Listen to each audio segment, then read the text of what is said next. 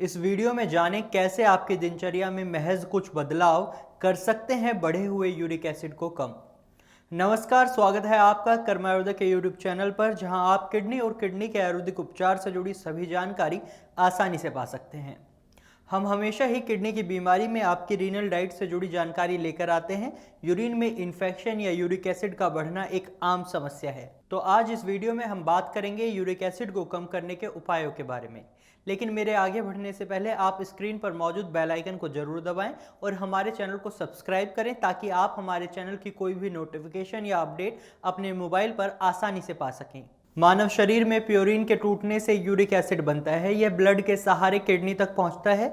जब किसी वजह से किडनी की फिल्टर यानी छानने की क्षमता कम हो जाती है तो यूरिया यूरिक एसिड में परिवर्तित हो जाता है, जो हड्डियों के बीच में जमा हो जाता है। यूरिक एसिड शरीर के सेल्स और उन चीज़ों से बनता है जिनका हम सेवन करते हैं। इसमें से यूरिक एसिड का ज़्यादातर हिस्सा किडनियों के जरिए फिल्टर हो जाता है और यूरिन के जरिए शरीर से बाहर आ जाता है। लेकिन अगर यूरिक एसिड शरीर में ज़्यादा बन रहा है या किडनी फिल्टर नहीं कर पा रही तो खून में यूरिक एसिड का लेवल बढ़ जाता है। यूरिक एसिड के बढ़ने से बॉडी की मसल्स में स्वेलिंग आ जाती है, जिससे दर्द महसूस होता है और ये दर्द बॉडी के किसी हिस्से में भी हो सकता है, खासकर कमर, गर्दन, घुटने आदि में। इसी से बाद में गाउट, गठिया और अर्थराइटिस जैसी परेशानियां हो जाती हैं। इसकी अधिकता किडनी में पथरी की संभावना को बढ़ाती है। यूरिक एसिड की ज़्यादा मात्रा से heart disease, hypertension, kidney stone और गठिया जैसी बीमारियां भी हो जाती हैं। इसलिए यूरिक एसिड की मात्रा को कंट्रोल में रखना बेहद ज़रूरी है। शारीरिक असक्रियता और अधिक मात्रा में नॉनवेज खाना आदि शरीर में यूरिक एसिड बढ़ने की आशंका बनाते हैं। ऐसे में शुरुआती स्तर पर ही इसकी पहचान हो जाना इसे तेजी से बढ़ने से रोक सकता है और इससे होने वाले नुकसान से भी बचाता है। खून के सामान्य टेस्ट से इसे जांचा जा सकता है। ऐसे लोग जिन्हें जोड़ों में दर्द रहता है या बार बार पथरी बनती है, उन्हें खून में यूरिक एसिड के स्तर की जांच कराते रहना चाहिए। चलिए अब बात करते हैं यूरिक एसिड बढ़ने के मुख्य कारणों की।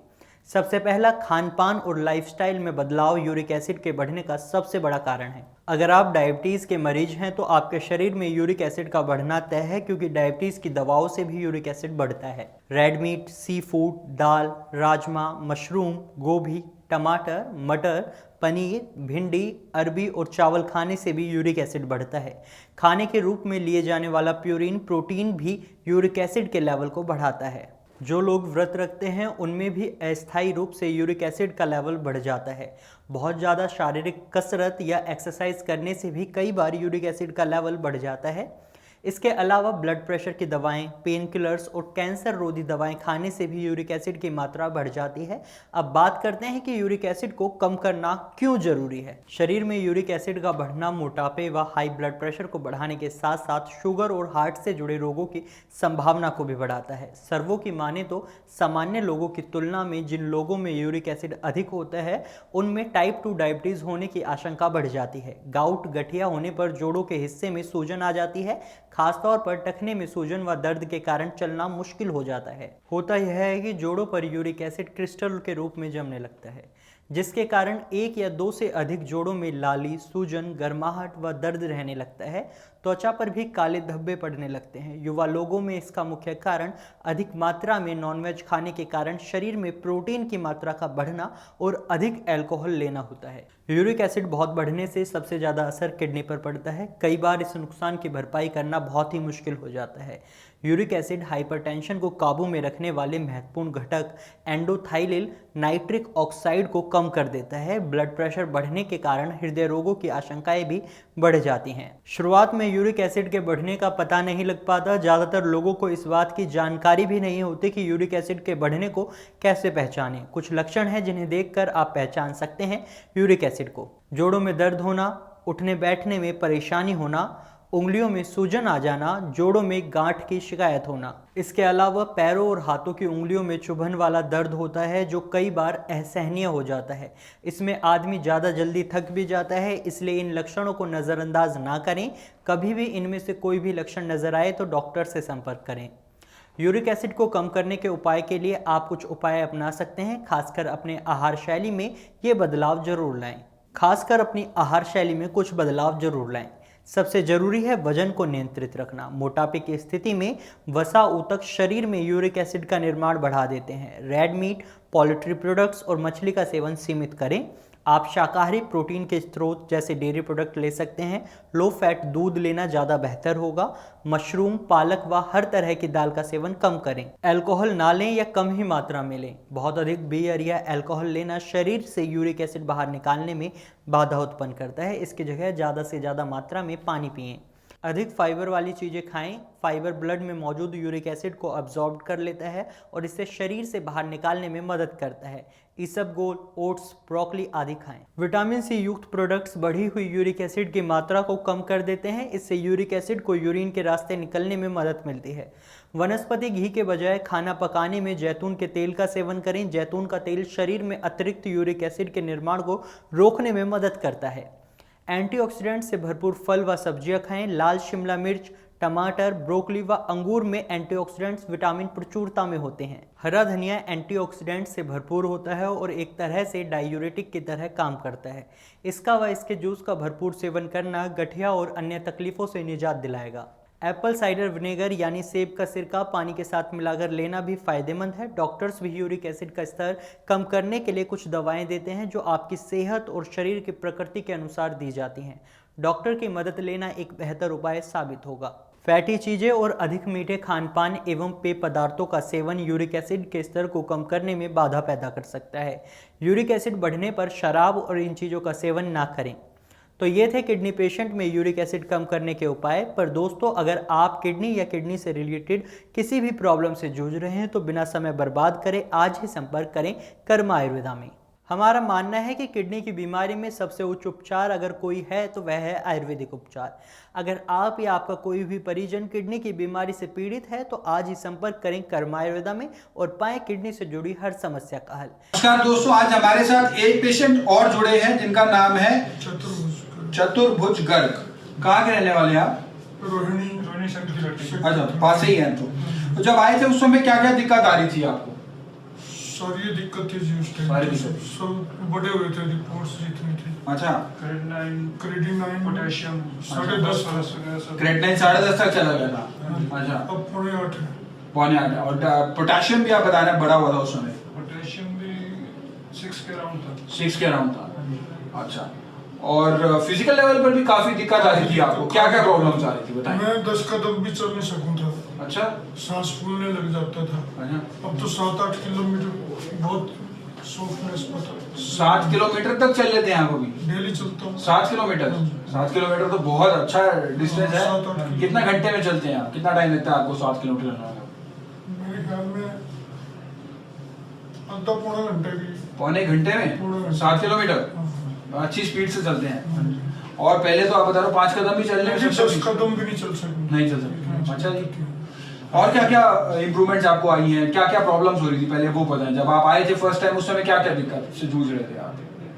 दिक्कत मेन तो यही थी सर, हाफने लग जाते हैं, चलने में प्रॉब्लम। चलने में दिक्कत थी। क्या बताया था डॉक्टर्स ने उस टाइम पे आपको? क्रेडिनाइन उसका बताया था, डायलिसिस के लिए फिस्टुला बनाने के लिए बोल दिया। फिस्टुला के लिए बोल दिया था। कहाँ पर दिखा रहे थे? मैक्स में। अच्छा, तो वहाँ पे फिस्टुला के डायलिसिस के लिए एडवाइस कर दिया था। डायलिसिस आपने करा भी अभी नहीं? भी बोल रहे हो तो 3 डायलिसिस भी हो चुके। 3 डायलिसिस कराए भी थे?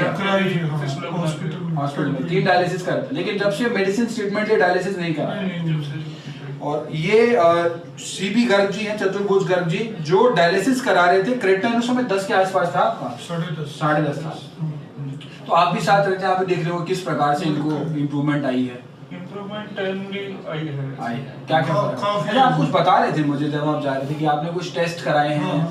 क्या टेस्ट कराया था? आपके मेडिसिन थे जो उनके टेस्ट करवाए थे लेबोरेटरी में। अच्छा, क्या वहाँ पे मतलब कोई जानकारी में थे आपकी? शायद कोई लैब आप बता रहे थे? जानकारी भी निकला इसके बाद, लेकिन फीस ली थी उन्होंने 6,000 रुपए।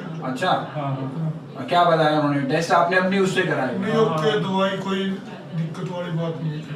अब उन्होंने मतलब आपने यहाँ से तो अपनी तसल्ली के लिए टेस्ट बहुत जरूरी है। हम तो कहते हैं पेशेंट्स को, ये आपके ऊपर निर्भर करता है, आप करा सकते हैं, उसमें कोई दिक्कत। आपने मतलब टेस्ट लेने से पहले दवाइयों का टेस्ट कराया था? जो चीजें हार्मफुल होती है मतलब वो चीज नॉट डिटेक्टेड आई थी। रिपोर्ट कहाँ है वो? रिपोर्ट घर पे है। मैं वो रिपोर्ट आपसे जरूर मंगाऊंगा और दिखाऊंगा सारे दर्शकों को, क्योंकि आपने अपने एंड पे कराई है। हम तो रिपोर्ट बहुत सारी कराते हैं, हम तो दिखाते हैं, लेकिन आपने जो कराई है वो कराई। तो ये है सीबी गर्ग जी, जिन्होंने क्रेडिनाइन भी काफी इनका बड़ा हुआ था उस समय और डायलिसिस भी करा रहे थे। 2-3 डायलिसिस कराए थे। 3 डायलिसिस इन्होंने कराए थे और अब जो क्रेटिनिन लेवल है वो 7 की रेंज में है और यूरिया भी 98 है। This is without dialysis.